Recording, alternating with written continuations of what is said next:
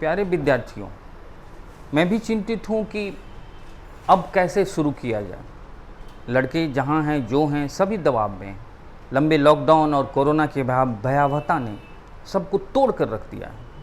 ऐसी स्थिति में एग्ज़ाम सर पे हैं, पढ़ाई के बारे में सभी चिंतित हैं। वो बस पढ़ने बैठते हैं, कुछ ही देर में ऊब जाते हैं। मेहनत करना चाहते हैं, पढ़ना चाहते हैं, लेकिन पढ़ नहीं पा रहे हैं। शुरू कैसे किया जाए, फिर से उस स्थिति में कैसे आया जाए। इसलिए इस समस्या के समाधान के बारे में मैं इस संबंध में बात करना चाहता हूँ। लड़के चिंतित न हों, क्योंकि ऐसी स्थिति आती है। ऐसे भयावह काल के बाद हम फिर से सामने नई ऊर्जा के साथ आज हम फिर से शुरू होने की कोशिश करेंगे। जीएस या जीके दोनों दो सब्जेक्ट्स ज़रूर हैं, लेकिन जुड़े हुए हैं। लेकिन हमें चाहिए कि सामान्य अध्ययन जीएस के बारे में पढ़ें, ताकि ऑब्जेक्टिव सवाल उससे आसानी से हम कर सकें। लेकिन लड़के हैं कि बस वन लाइनर पढ़ने के चक्कर में पड़े रहते हैं।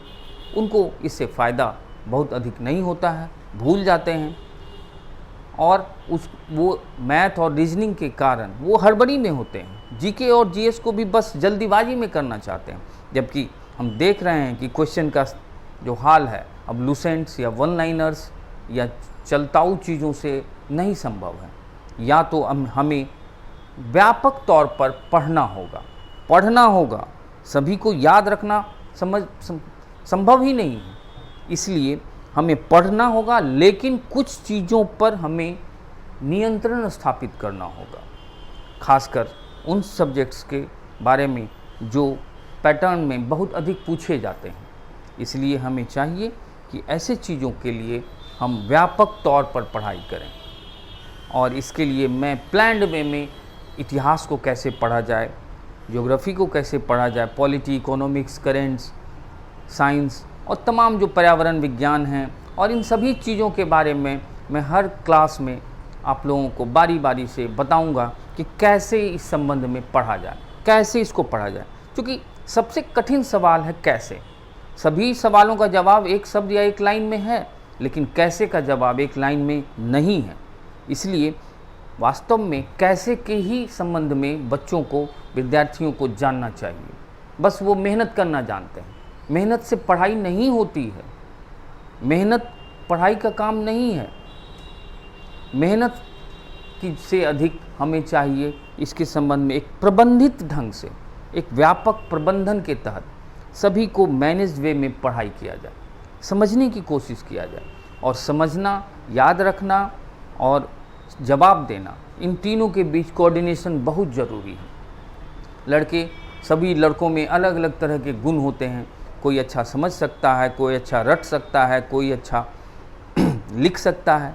लेकिन इन सबों के बीच जो ऑब्जेक्टिव टाइप सवाल होते हैं वह इनर कॉन्शस पे काम करता है। आपकी जो सिक्स सेंस हैं वही परीक्षा भवन में आपके ऑब्जेक्टिव के सवालों का जवाब देता है।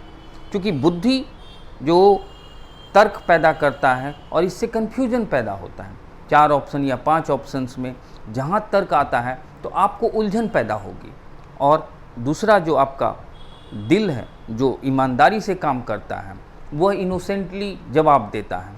इन दोनों के बीच में एक कोऑर्डिनेशन आवश्यक है, तभी आप सही ऑप्शन कर सकते हैं।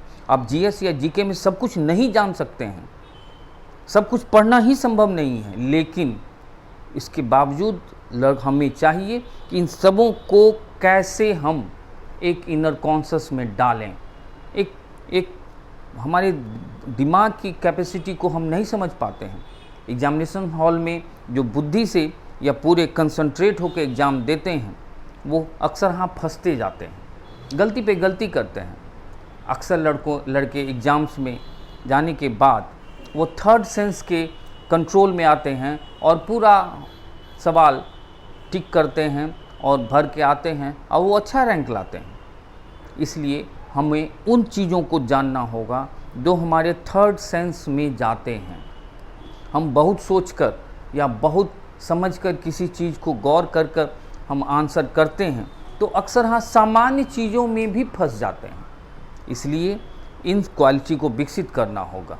कि कैसे हम इस क्वालिटी को विकसित करें।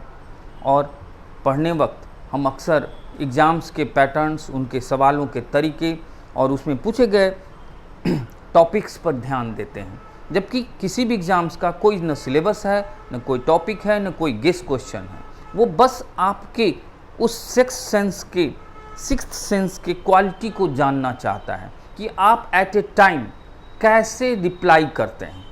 और इसी क्वालिटी को विकसित करने के लिए मैं आप लोगों को हर चीज़ों के बारे में क्रमशः बताता चलूँगा। इतिहास बहुत आसान सा क्लासिफिकेशन है। इतिहास हो या ज्योग्राफी हो या इकोनॉमिक्स हो या कोई भी साइंस हो, सबको पढ़ने का तरीका अलग अलग है। सबों को अलग अलग ढंग से पढ़ा जाता है। इतिहास को दूसरे ढंग से, ज्योग्राफी को दूसरे ढंग से, साइंस को दूसरे ढंग से।